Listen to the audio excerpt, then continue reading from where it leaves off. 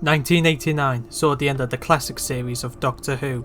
After fighting a losing battle for around 4 years and being looked down upon by the general public and those within the BBC, Doctor Who was put on hiatus after its 26th season.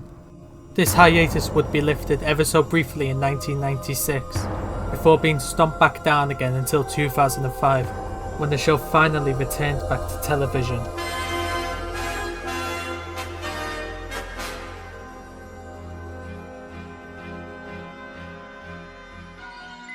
But what if the show was given more of an opportunity to save itself? What if Doctor Who was never put on hiatus in the winter of '89? What would have become of the show had it went through the 1990s? And how different would it be compared to our own version of the show if it lasted up to the modern day? Hello, my name's Optical Spectre, and this is Doctor Who, the cancelled years.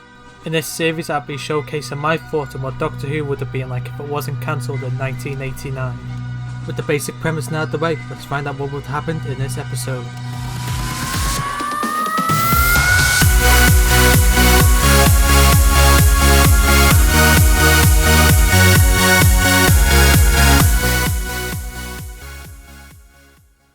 Season 37 would have been the start of a brand new era for the show.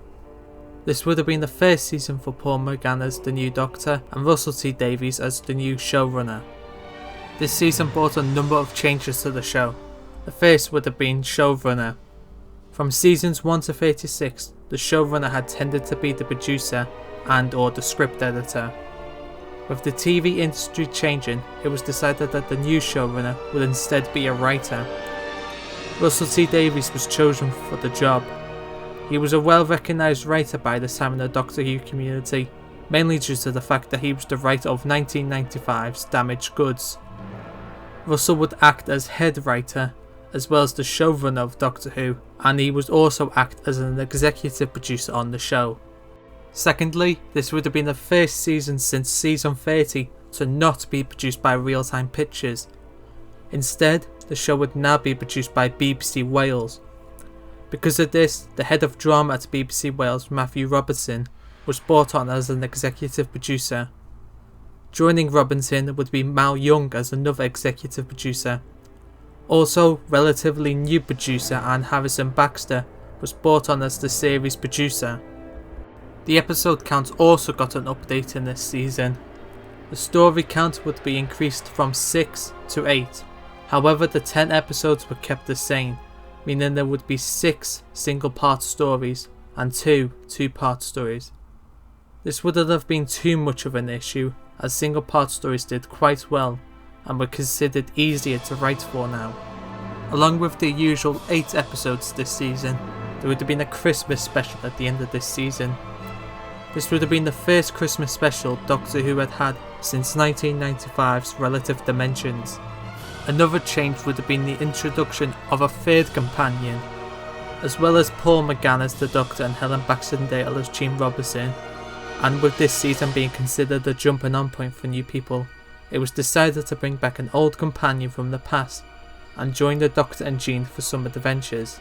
It was decided that the companion that they would bring back would be Sarah Jane Smith, played by Elizabeth Sladen. Finally, this season would have saw the debut of a new title sequence, along with a new arrangement of the theme tune and a brand new logo.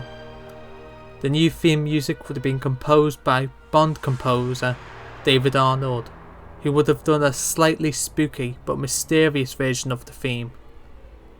The new titles would have gone back to the Starfield design, similar to the Sid Sutton titles of the 1980s, but would have been done in a more original way.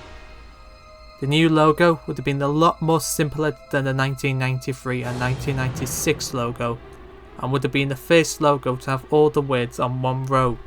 Now with all that out of the way, let's get into the 8 stories of this season. The first story would have been The Flood, a single part story written by Russell T Davies.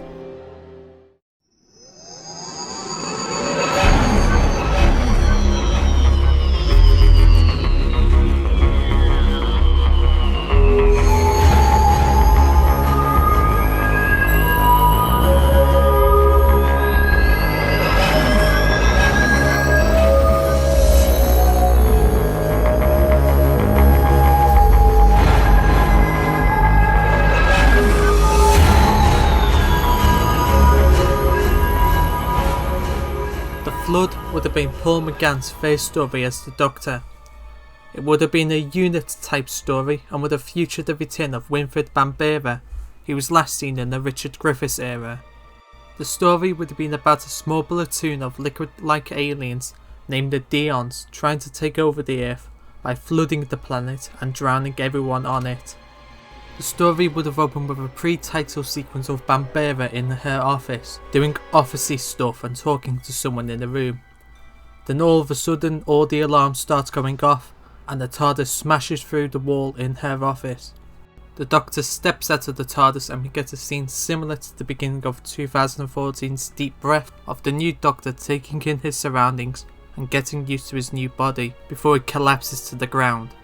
Throughout the story we would have saw the Doctor and Jean working with Unit and Bambera to find out what is causing all the oceans to suddenly rise. Then they discover the Deons and have to find a way of stopping them.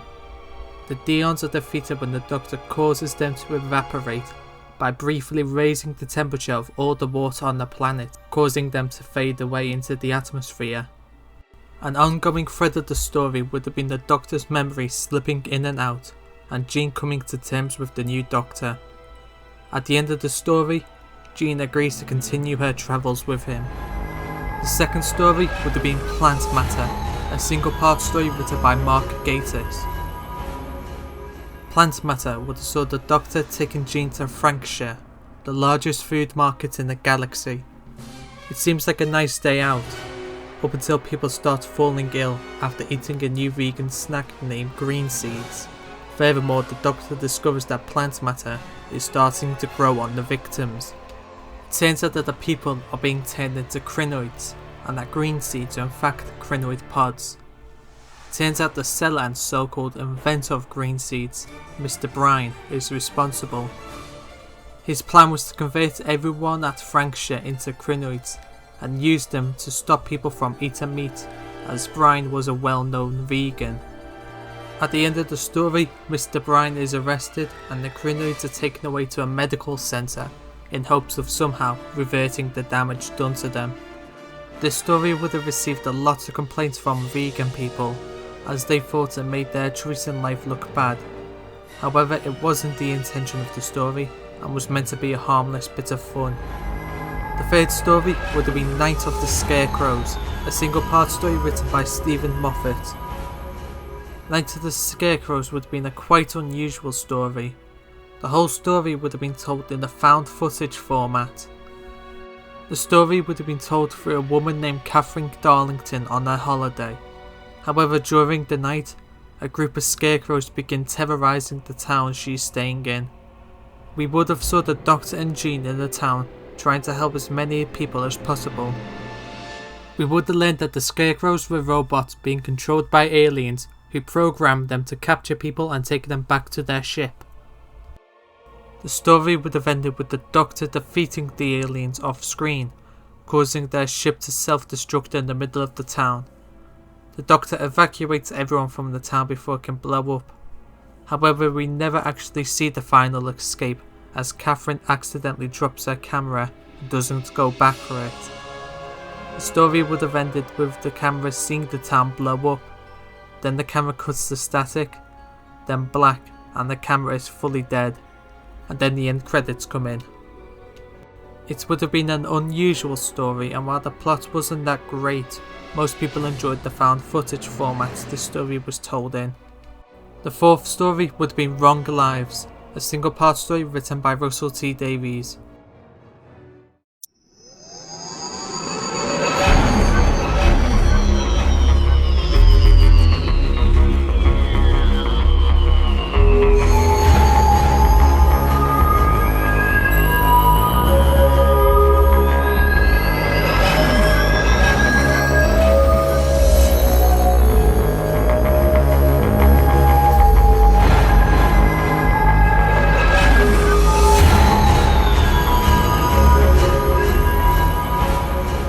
Wrong Lives would have been one of the silliest episodes in Doctor Who's history.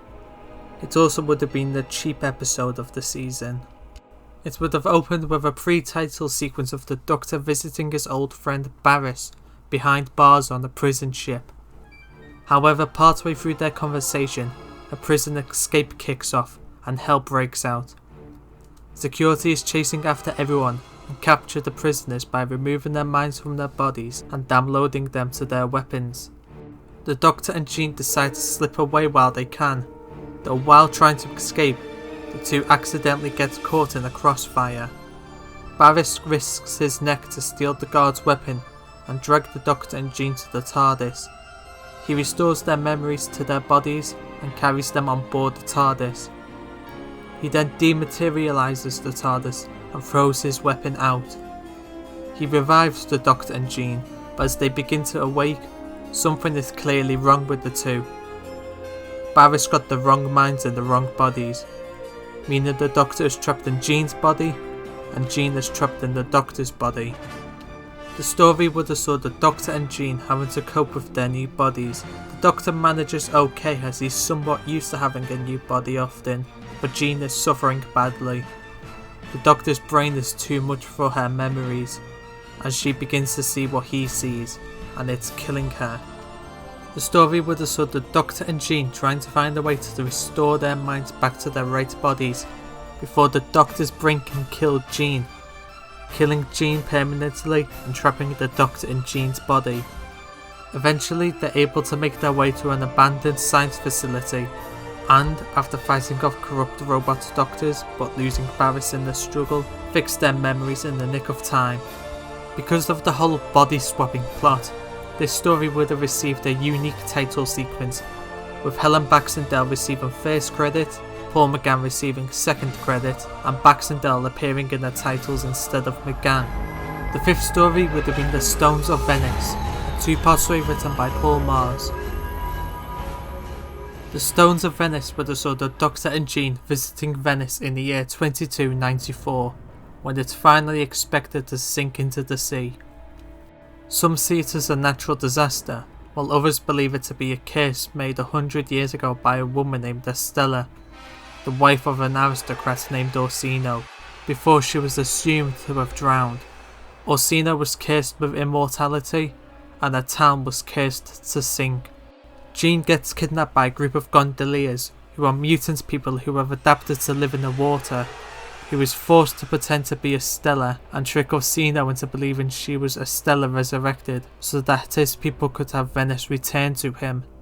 As the story goes on, it turns out that Estella was in fact an alien from another world, and that she didn't drown 100 years ago, but instead disappeared from the population and went under the name Miss Lavish. Eventually, she reveals herself to Orsino, and we learn that the curse was a side effect of the technology of her people. Estella and Orsino sacrifice themselves, and the curse is reversed, with Venice being saved from flooding. The sixth story would have been Murder Mysteries, a single-part story written by Rob Shearman.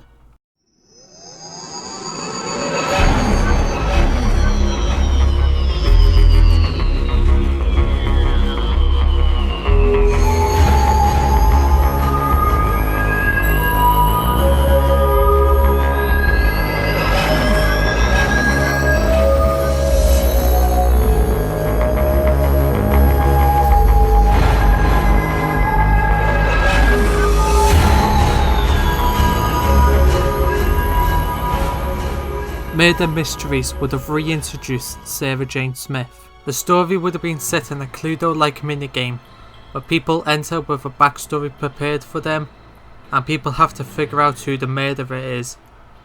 However, it all goes sour when people actually end up dead, and the doors to the exit are sealed off. The Doctor and Jean decide to participate in the event, and the Doctor finds none other than Sarah Jane Smith. Naturally, Sarah doesn't realise that the Doctor is the Doctor, but as the story goes on, she learns of the Doctor. As the story goes on, we would have saw the Doctor, Jean and Sarah trying to figure out who the murderer is, as people are slowly picked off. The murderer would have been a Grim Reaper-like monster who feeds off the thoughts of the victims he kills to make him stronger. The monster is defeated when the Doctor makes it feed on his mind, but due to the Doctor's vast amount of knowledge, the monster's mind explodes.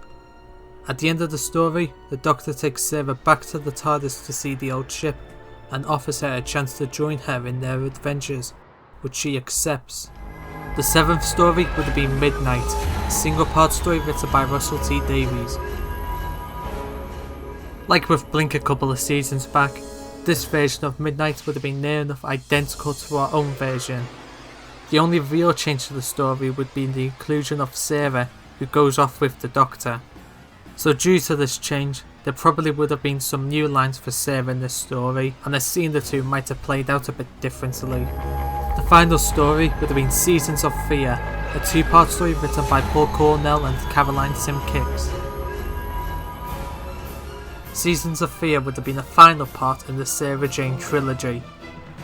The story would have opened with the Doctor returning Sarah to her house, as she wants to introduce him to her partner, Sebastian Grail. At their house, all seems nice until Sarah leaves to go get some tea. Then Grail opens up to the Doctor, telling him that in his past he has killed the Doctor, and that he was made immortal after making contact with his masters. When Sarah returns with some tea, the Doctor tells her about Grail. Grail reveals to Sarah that he used her to get the Doctor and that he never really loved her. The Doctor, Jean and Sarah then return to the TARDIS with one goal: fix history and prevent the Doctor's death. The story would have saw the 3 of them going to different points in Earth's history trying to correct the timelines. The first place they go to is 305 AD, where they find a young Sebastian. There he is one of many Roman soldiers who hold rituals to summon Mithras, slayer of the bull demon. Jean finds a radio transmitter in Sebastian's tent, which confirms he's already made contact. Grail's plan was to offer his fellow soldiers as sacrifices, so that his masters can come down to Earth and grant Grail immortality. However, his plans are foiled by the Doctor, and his masters don't come through. And while Grail isn't made immortal, he will live for centuries. This is where Grail and the Doctor have their first conflict, and Grail marks the Doctor as his sworn enemy.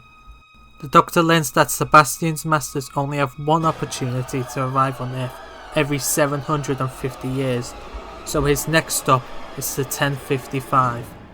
There, the Doctor, Jean and Sarah meet Edward the Confessor and his wife Edith. They've just banished the Earl of East Anglia and need someone to fill in the position, with the most likely candidate being Sebastian. The Doctor finds that Grail has been mining plutonium to power a machine so that he can summon his masters to Earth. However, his plans are once again stopped by the Doctor when he destroys the machine and gets in a fight with Grail, who loses. The next stop is to 1806, where Grail has rebuilt his machine and resupplied on plutonium with the help of the Hellfire Club. This time, the Doctor is able to remove Grail's immortality, but fails to stop Grail's plans, and his masters come through, who turn out to be the Naimon. The Doctor, Jean and Sarah escape in the TARDIS to use it to block the gateway so no more Naimon can arrive on Earth. However, the Naimon learn of the Doctor's doing and ram the TARDIS, planting a Naimon pod inside the ship, dropping Sebastian and the Naimon on board. The Naimon get the Doctor to move the TARDIS out of the way. The Doctor formulates a plan to save the Earth. He opens the door to the TARDIS and knocks the Naimon out of the vortex, which knocks him out in the progress, giving Sebastian the impression that he's finally killed him. However, the Doctor falls through the vortex to the year 305 AD, a time before he first met Sebastian, and after telling Sarah before he jumped to flick the fast return switch, the TARDIS arrives in 305 AD as well. The Doctor meets the early Sebastian and convinces him to side with him and not to work with the Naimon. The TARDIS arrives right in front of them, and the young Sebastian meets his older evil self. And disgusted in how he turns out, young Sebastian kills his future self, changing history and Sebastian's life. This is the event that convinces Sarah that she'd like to go home now and spend some time to get over her lover, as even though he was a bad person, she once loved him. So the Doctor drops her off home and the two have a nice farewell scene. Now that would have been the end of this season, but like with seasons 31 and 32, this would have concluded with a Christmas special. The 2000 Christmas special would have been Snowblind, an hour-long story written by Russell T Davies. Snowblind would have been set on Christmas Day in 1952, as Jean wants to visit her family this Christmas, while inviting the Doctor along as a friend. That Christmas they find it to be really snowy, but they don't think of it much at first. It's only when the Doctor goes back to the TARDIS to pick something up does he realise something is wrong. There's way too much snow. It turns out that the snow is in fact part of an invasion from a race known as the Chrysalids. The snow acts as a weapon to dispose of the population by freezing them into ice and cracking them to dispose of the bodies, while also lowering the temperature of the planet. The Doctor and Jean defeat the Chrysalids when the Doctor manages to alter the Earth slightly and force it to rain while slightly raising the temperature so that the snow on the Chrysalid ship starts to melt. And that would have concluded season 37, a season that would have received much mixed reactions from people. Some loved it, some liked it, some thought it was meh, some didn't like it, and some hated it. So join me next time for season 38, when things start to get interesting. But until then, goodbye.